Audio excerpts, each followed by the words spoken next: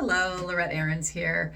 I am finally getting to this assignment that was last Monday, and it's about the four quadrants. I am in a hotel, Sheraton Hotel, outside of DC. Not meant to be. I was supposed to be home in Florida tonight, but our flight was delayed and then canceled. So the Sheraton Hotel is our home for the evening, and my studio is the bathroom. The shower is behind me. But at any rate, so happy to be able to talk about quadrant 1, 2, 3, and 4. I'm just going to start chatting away here. And I have to tell you, one of the things I guess I wanted to tell you about the airplane being canceled, because these things happen in our everyday life, and I know that sometimes people get really rattled over it. In fact, I saw a lot of people getting very frustrated and upset when we were at the airport and finding out this news, and yet I decided to just kind of systematically do what I need to do, rebook the flight, get a hotel, and and imagine what I was going to do and how I was going to accomplish things tonight. So haven't had a chance to fix up or anything, but what I'm going to do is mind over matter, that this is the best place possible for me to be able to teach these concepts. So we are in the bathroom at the Sheraton Hotel. Okay, so mind over matter is basically when some things happen, you decide that you're going to respond rather than react. And I always look at the response factor as so much better than a reaction, simply because, well, if you think about it, if you were in the hospital and the doctor came up to you and your family member has just had an operation and they come up to you and say, hey, your father, as an example, has reacted to the medication. That's a bad thing, right? That's reacting. That's bad. But if they came out instead and said, hey, your father has responded to the medication, then you are going to be happy, because you're going to say, okay, that's a good thing. So I think one of the main things when tackling mind over matter is really having control over your response, and having the response that would make sense so that success can happen in your life. So the powerful vision and everything that we always have for ourselves, that's great. And our visions can come true, and my visions come true, and they don't always come true at the exact time I think they will. And sometimes they're sooner or later, or they're in a different fashion. But I have to tell you, as you do visualize, then things will happen in your life. And I'm a firm believer of that. So I feel like everything that I've ever wanted to accomplish in my life, I've done, or I am in the process of doing, and it will happen no matter what.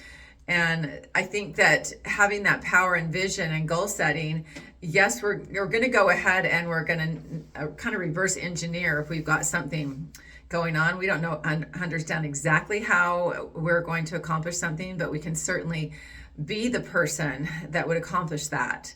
So I think that's one of the main things that I learned from these teachings, is that it's not about forcing your way into a situation or forcing your way to succeed in a way, but being that person that would succeed. So about a year ago, I know I was talking to somebody and they said, I want to lose 10 pounds or whatever. And I'm like, okay, then you need to act like somebody who weighs 136 pounds instead of 146 pounds. And that person was me. So I know that it works, because I started acting like a person that weighed 136 pounds, and I'm 5'9", so that's a great weight for me.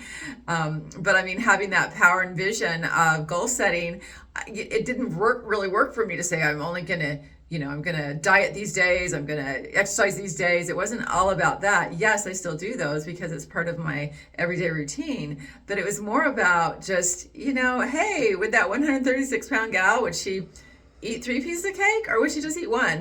Kind of thing. So definitely the power of visioneering. I think it definitely has to be that not only are you visioneering and you're goal setting, but you're being the person that would accomplish that thing that you want. So you have a healing power in your mindset that you can actually heal the things that have happened in your life. So we look at the old personality and the new personality. And when we say old personality, that's mainly our as a child, or or even there is child is not exactly how we are right now. I mean, my old personality was who I was a year ago, basically, or before I started to try to expand and feel more abundant in my life. And the new personality is the person that I've designed to become. And this is something that we want to teach people to be able to do, so it's effortless, so that they can always, when they're stuck and they run up against some sort of an issue, they can say, "Whoa, oh, my old personality would have treated it that way. My new personality is going to treat it this way." And so there's a lot of beliefs that we might have about ourselves that I'd encourage you to write down, and then we want to talk about how those limiting beliefs aren't going to serve us, and that our new beliefs of abundance and prosperity are going to serve us better.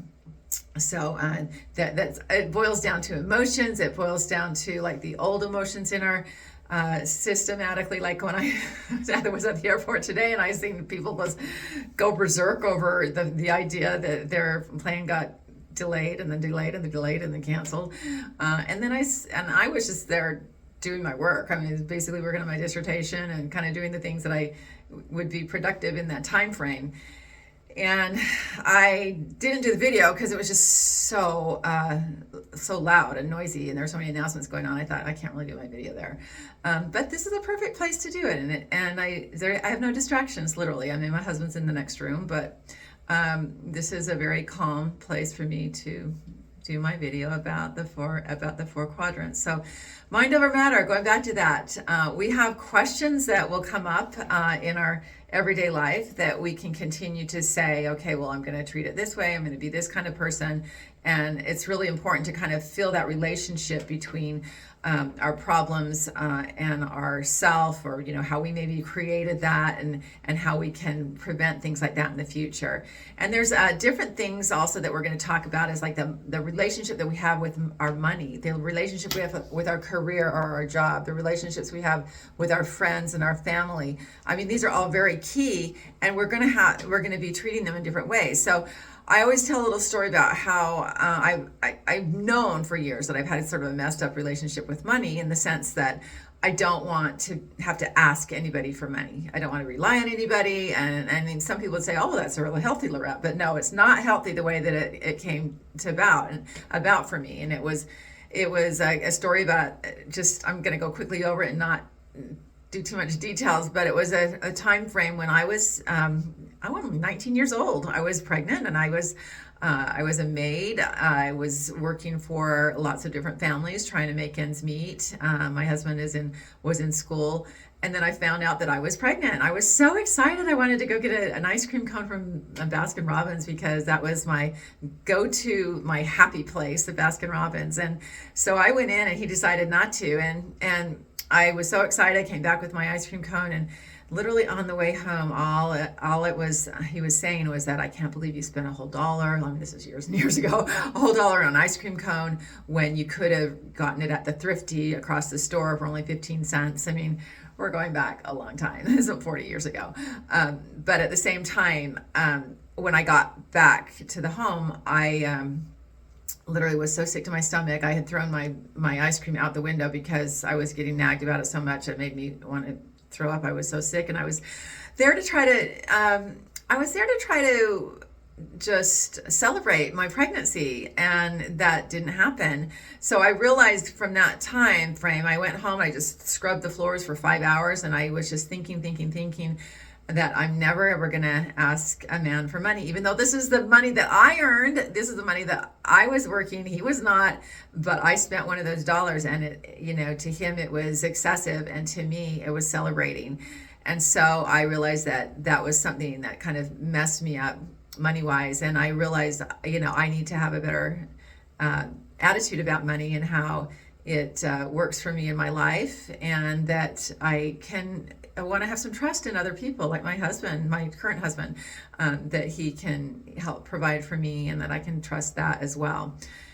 So there's powers of affirmations. And when I hear myself tell that story, and I know that, obviously my ex-husband was just immature, and I was immature, and we didn't know. But when I look back at some of those things that happened to me early on, I realized that, hey, I could have obviously I could have looked at it differently, but I didn't, and it shaped how I felt. And so right now, as I'm going through different things, I always want to remember that I want to have my mind over matter, and I want to really control how I'm going to act about things.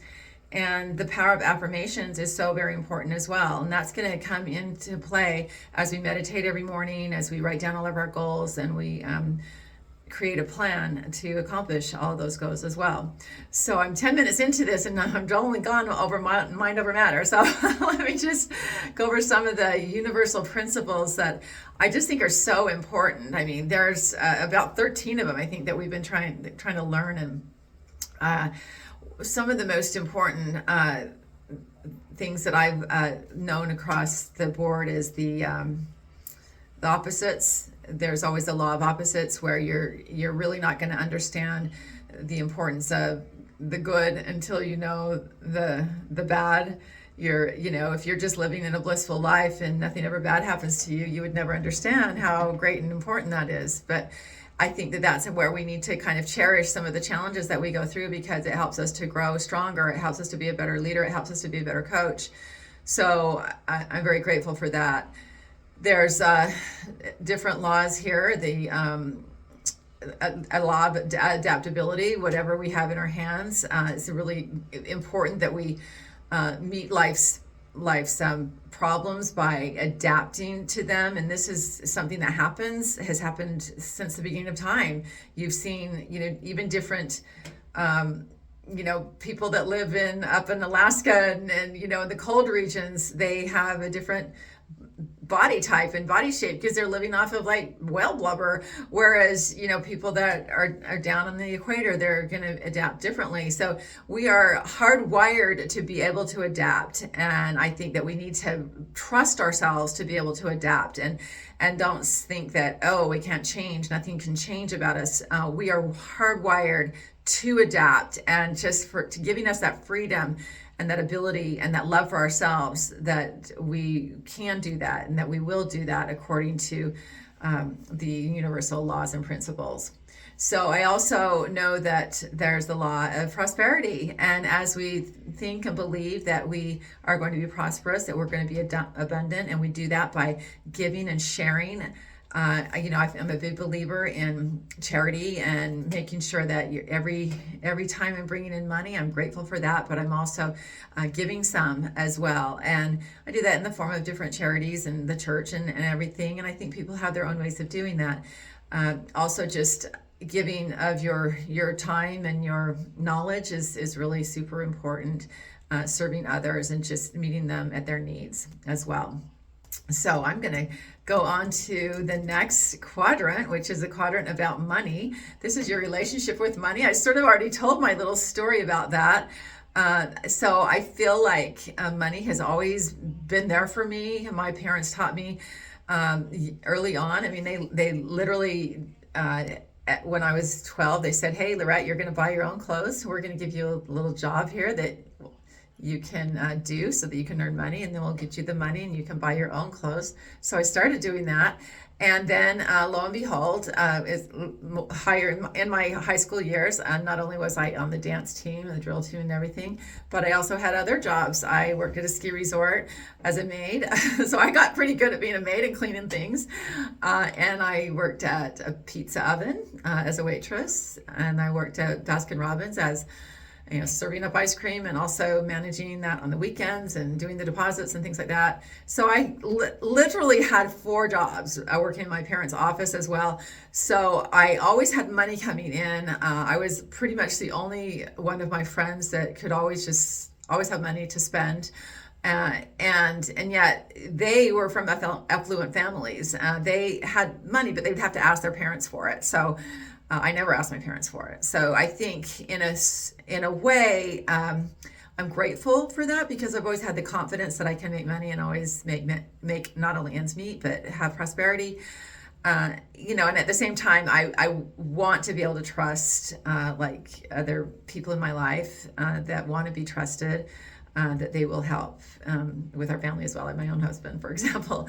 And so those are some of the things that I talked about in my letter to money. And I would encourage anybody to sort of look back at how do they feel about money? Do they feel like they struggle with money? Have they always been able to pay their bills? And why is that? Where do these ideas come from? I know that for me, my parents were entrepreneurs, and they were always saying, Lorette, you're a winner. You can do whatever you want. I mean, I feel so blessed now that I had parents that believed in me and told me that I was a leader. And they had big business that they ran and lots of people that followed them. And so they never had any reason to believe that they weren't going to be prosperous. And yet people thought that lived in this big house that my parents were giving me all this money. They weren't. I was earning it on my own. And I think that that's really the best way to do it as a parent. I can't say that I was 100% the best parent for my kids that way. But, we all have our own journeys, and I have 5 grown kids who are now teaching their children. I'm hoping to help them with these things as well. But we do want to heal our relationship with money. I think part of my psychosis, you say, about over money would be that I am frugal. I mean, I know the power of money. I also know that, it takes a lot of people, it takes a lot of work and effort sometimes for people to earn money. And so I have learned frugality over my life. And so I think that this system is helping me to have a little bit more powerful, abundant mentality, saying that, okay, I can maybe spoil myself a little bit. I just really haven't done that. I have 5 children and 20 grandkids, and just have always kind of wanted to take care of them versus, or other people, versus spoiling myself on things. So I'm learning a little bit about that. I'm not perfect at it. I'm really not at all perfect at that, but I'm getting there. And, I did my own, I paid for massages for myself for a while, and that was really good. And, just different things that, I think are important so that I can know that I love myself enough to take care of myself as well as all the other people in my life. Okay, so and there's this kind of banner within the workbook that talks about how do you shift from scarcity to abundant mentality, and just remember that the abundance is all around us. Like, we cannot stop it. It's not our rule. It's the divine rule, God's rule, if you will, that is whatever you focus on, you're going to get more of. And I always thought about that when I have challenges with my husband, is kind of like, oh, I'm going to start talking badly about him or whatever. And I just realized that is not going to work. That's not going to happen, because whatever you talk about, whatever you focus on, is going to just get worse. And so I think that when we had challenges, it was kind of like, oh, let's just focus on let's try to focus on the best parts of our relationship. Just focus on the positive, and then that will get bigger. So I think that's huge in terms of just your everyday life. So it's so funny because there's a page in here that talks about the money magnet, being a money magnet. And I've always called myself the success magnet. And that's for 20 years. It's been my login for my credit card. Success Magnet 1, I think, is what it is. And I just realized that everything that I want in life is going to come to me. And I was kind of grown up with that mentality. My father took me to the Positive Mental Attitude seminars, and I heard Zig Ziglar speaking, and Norman Vincent Peale and Robert Schuller, and all these great men who have affected the lives of so many people. And I kind of thought to myself, there's all these men up there, like, speaking on the stage. Where's all the women? So that's really why I wanted to be a coach, and started coaching about 20 years ago, and then ended up with a financial services business with my husband. And so we do coach people in financial services, and I am looking to transition back to the full life coaching, and that's exciting for me, because I realize that people do kind of have a different attitude about themselves and about their relationships with money, their relationships with people. All of these things need to be healed, and there's an easy way to do it, as long as it's just the mindset is changing versus just arduously trying to slog through some sort of a problem, and recognizing that you don't have all the answers. And I think one of the best things that has happened for me well, I've always had a very curious mind, and yet when been going through the materials here, I've realized that once again, I don't know it all. I don't even know 1/10. I don't know a 100th. I mean, there's just no possible way I could ever learn everything that there is to know about abundance and wealth strategies, and yet I continue to, continue to delve into it, continue to serve myself and my family every day by learning more. And I am just a neophyte still after all these years of 20, 30 years of studying it.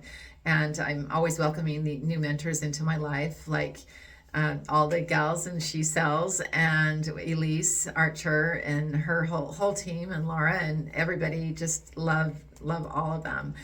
So the third quadrant is about masculine and feminine energy. So I am still learning so much about this, because I think that, there's been times in my life where I've been accused of being like a masculine energy, just because of the, let's get it done kind of thing. Let's win. Let's get to the end. That kind of thing. And yet there's other times that people recognize that I have this energy of nurturing and loving and vision. And I feel like there needs to be a balance. Yes, we know that there needs to be a balance, even for men. If some men are naturally more feminine thinking, some women are naturally more masculine thinking, and I think it's less about the gender, but more about just understanding what those two definitions are, and how one is more about the mechanical, the concrete world, and the feminine part is more about the visionary world and creating. And it's almost like when I was pregnant. I mean, I was pregnant 5 times, and every single time it was always in the back of my mind, I'm creating a baby. It would affect the way that I spoke, affect the way that I worked, it affect the way that I ate, and just really, it was always in the back of my mind, and I was creating this baby the entire time. And I feel like anything that we have an idea of ours, it's a baby. And that's a very feminine way to think of it, where we've got a baby, we're going to nurture it, we're going to have that baby grow, and we're going to visualize what's going to happen with that baby. And then there's the masculine side that comes along, that, okay, there's some logistics behind this. Yes, we do have to put diapers on our baby. We do have to change him or her every now and then, obviously. We want to make sure they get fed right. And this is anything that we're doing. We want to nurture any idea that we have, that it's just a little baby of ours. And I even with this coaching, I'm getting back into it after 20 years, and it's a little baby of mine that I'm continuing to nurture and getting back to it, and easing into all the things that I had known before, and then also learning more and more about these different energies and the abundance and everything about it. So there's in the workbook, I would very much encourage you to go through the whole thing, but there's different things about how to be a great money manager, time manager, everything when it comes to the feminine side of things, or the masculine way of thinking. And so just always, and there's a whole list of books there that one of the first things that I read about 25 years ago, beyond all the Zig Ziglar and Norman Vincent Peale and all this Think and Grow Rich and things like that, was the Tony Robbins system. And that was, very much goal oriented, and, set everything down and begin with the end in mind and things like that. So different books like the 7 Habits is very sort of masculine thinking as well. So I am beginning to, identify and be able to sort, okay, this is more of a feminine thinking style, this is more of a masculine thinking style. So these are some things that I've learned along the way as I've continued through the process of all of these, all the workshops and videos and the wonderful messages that Elise and her team has put together. So I'm so grateful. The quadrant 4, more methodology. Here we go. I mean, the power of goal setting. We're gonna set goals in all areas of your life. I mean, 25 years ago, I created a company called Hero Strategies, and so the Heroes, it's maybe not what you think. It actually is an acronym. It stands for Health, Education, Relationships, Opportunities, and Spirituality. And whenever I was doing a workshop, I looked at it like, okay, those are 5 things, right? Okay, I have 5 fingers. So there's health, education, relationships, opportunities, spirituality. Look, my nail fell off. Great. Okay. But anyway, so the spirituality side is probably gonna be the most important side of it. And now I'm realizing, why was that so important to me to put it in there? Because when I was making my flyers 25 years ago, I went into the print shop and they said, "Are you sure you want to put spirituality on your flyer? I mean, that just seems like weird, like, it's not really businessy." And I said, "No, I do."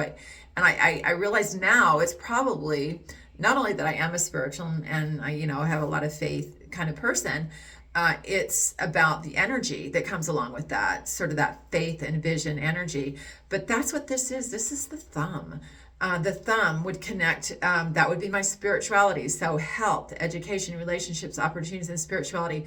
Well, the thumb is opposable. It's going to touch every single thing, every single part of those lives. Yes, they all touch each other somewhat, but the spirituality side, the vision side of it is what's going to touch it even more. So when I look at these powerful goal setting, all these different aspects, like the career, the health, relationships, spirituality, finances, that's the heroes. That's right there. That's something that I wrote 25 years ago. Actually more, I think 27 years ago. Holy cow.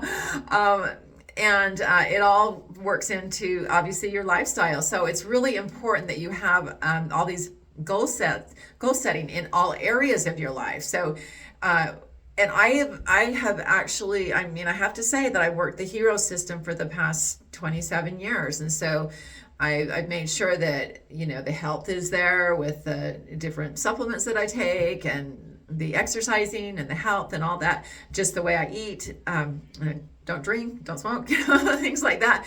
All of that has been a part of my life forever.